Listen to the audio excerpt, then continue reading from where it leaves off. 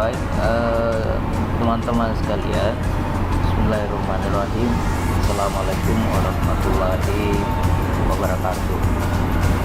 Pada topik perkuliahan kita pada hari ini adalah terkait dengan perencanaan pembangunan, ya. Sekalipun topik perencanaan pembangunan ini nantinya akan ada mata kuliah secara tersendiri, tetapi ini tidak bisa dilepaskan daripada sistem administrasi negara, ya. Karena kualitas daripada sebuah negara, ya, itu ditentukan oleh bagaimana kualitas daripada perencanaan itu, khususnya kalau dikonteskan dalam pembangunan. Oleh karena itu, ini menjadi salah satu bagian topik yang akan kita diskusikan dalam kesempatan ini atau pada kesempatan hari ini, ya. Jadi ini sebagai sebuah isu saja, ya, di dalam sistem administrasi negara. Mengapa kadangkala kita menemui atau sangat sukar kita menemui terjadinya, ya, permasalahan-permasalahan dalam penggunaan negara. Kita juga seringkali menemukan, ya, sebuah rencana atau mega proyek perencanaan di tengah jalan berhenti atau di tengah jalan tidak mampu dijalankan atau mandek di jalan, yang berujung pada, ya, kesediaan daripada pembangunan itu. Jadi anggarannya habis, ya, kemudian proses pembangunannya juga tidak mampu dijalankan. Nah, paling tidak, ya, saya kira ini disebabkan oleh beberapa hal, ya. Pertama, ya, antara lembaga perencana lalu kemudian rencana pemilik keuangan ini tidak duduk bersama, ya, tidak mampu duduk bersama untuk menyatukan. Ya, oke, misalnya kita mau merencanakan apa, tapi kalau misalnya dari segi keuangannya seperti apa, sebelum diketuk palu, apa yang kita rencanakan harusnya dikondisikan sesuai dengan kemampuan anggaran kita.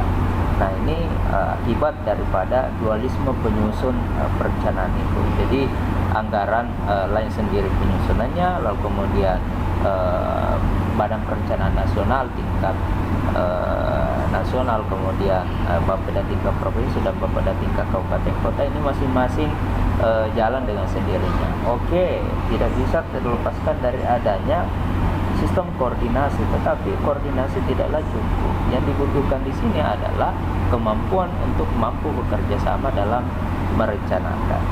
Nah, ini mengakibatkan pada terjadinya diskoneksi antara perencanaan pada satu sisi dan anggaran pada satu sisi yang lainnya. Problem yang lainnya adalah proses integrasi antara pemerintah daerah dengan pemerintah pusat, ya.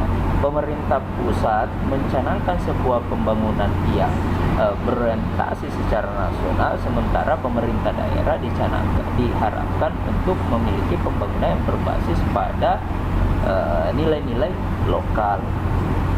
Nah, ini tak jarang ketika merujuk pada Undang-Undang Sistem Perencanaan Pembangunan Nasional, ya, pemerintah daerah diwajibkan untuk merujuk pada undang-undang itu supaya dia tidak keluar daripada agenda perencanaan pembangunan nasional.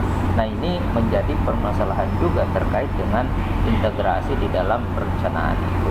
Karena lain yang dicanangkan oleh pemerintah pusat, lain juga yang kemudian dilakukan oleh pemerintah daerah. Nah, integrasi ini kita harapkan demi mewujudkan perencanaan dalam konteks pembangunan itu yang berorientasi pada kemampuan untuk mengefisiensikan dan mengefektivitaskan daripada apa yang dilakukan itu. Belum lagi kalau kita bicara tentang perencanaan pembangunan kita itu hanya dijadikan sebagai formalitas belaka. Tetapi yang terpenting sebenarnya adalah perencanaan pembangunan kita ini harus diorientasikan pada kualitas hasil. Nah, kualitas hasil apa, seperti apa yang kita harapkan? Nah, tentu di situ ada kinerja yang kemudian ditawarkan. karena seringkali perencanaan pembangunan ini justru tidak berkualitas, pembangunannya bagus tetapi itu justru tidak dibutuhkan oleh masyarakat. Kenapa seperti itu? Karena tidak berorientasi pada kinerja. Kinerja di sini adalah apa nilai manfaat yang kemudian dapat diperoleh oleh masyarakat atau publik dalam konteks ini. Nah, buruknya ya atau sulitnya membangun sebuah sinergitas antara pemerintah daerah dengan pemerintah pusat ya. Salah satunya itu adalah banyaknya ya peraturan-peraturan yang harus menjadi rujukan bagi pemerintah daerah. Nah, inilah yang kemudian kenapa Pak Jokowi ya mencanangkan supaya kita ada proses pencanangan undang-undang yang kemudian kita satukan supaya tidak terlalu banyak rujukan aturan yang ini nanti akan menjegal rencana-rencana yang akan dilakukan oleh pemerintah daerah ya. Nah, ini dapat kita melihat. Belum lagi misalnya inkonsistensi sangat sering terjadi ya. Kita menginginkan A lalu kemudian nanti dalam prosesnya menuai pro dan kontra. Ini adalah salah satu bentuk inkonsistensi daripada kebijakan ya di dalam penyusunan dokumen-dokumen perencanaan pembangunan ya. Lalu kemudian seperti yang saya katakan tadi, masing-masing ya pemerintah pusat ingin dikatakan memiliki kualitas dalam perencanaan. Pemerintah daerah juga demikian, pemerintah provinsi juga demikian. Sehingga yang terjadi adalah komitmen bersama dengan tujuan yang kita cita-citakan secara bersama-sama ini yang kemudian jauh daripada apa yang kita harapkan ya. Karena komitmen itu yang kemudian tidak terjadi. Nah, hal lain ya, apa yang terjadi ketika terjadi diskoneksi ya, yang diakibatkan itu adalah bagaimana proses politiknya dalam perencanaan sangat sering sekali ya diintervensi oleh politik kepentingan ya. Belum lagi kalau bicara tentang bagaimana perencanaannya sampai implementasinya sampai dengan nanti proses evaluasinya. Kementerian dan lembaga ini yang kemudian masing-masing memiliki perbedaan, tetapi ego sektoral yang kemudian cukup tinggi sehingga itu yang menjadi permasalahan juga dalam perencanaan. Yang selanjutnya kalau kita bicara tentang skala prioritas, seringkali masyarakat diminta untuk mengusulkan ya apa yang direncanakan ya dalam konteks pembangunannya, tetapi dalam implementasinya ya skala prioritas apa yang menjadi harapan dari masyarakat atau publik ini kemudian gugur dengan agenda prioritas atau skala prioritas daripada pemerintah pusat atau bahkan pemerintah pada level daerah. Nah, ini juga menjadi salah satu masalah yang kita hadapi. Belum lagi pada persoalan selanjutnya adalah ketika bicara dalam konteks efisiensi ya ini yang saya kira yang sangat kita butuhkan, dan ke depan kita mengharapkan bahwa tercipta sebuah regulasi yang mensinergiskan antara pemerintah daerah dan pemerintah pusat yang lebih berkualitas. Undang-undang begitu banyak sekarang yang kemudian dihadirkan, tetapi dalam proses implementasinya masih menuai beberapa permasalahan yang ada.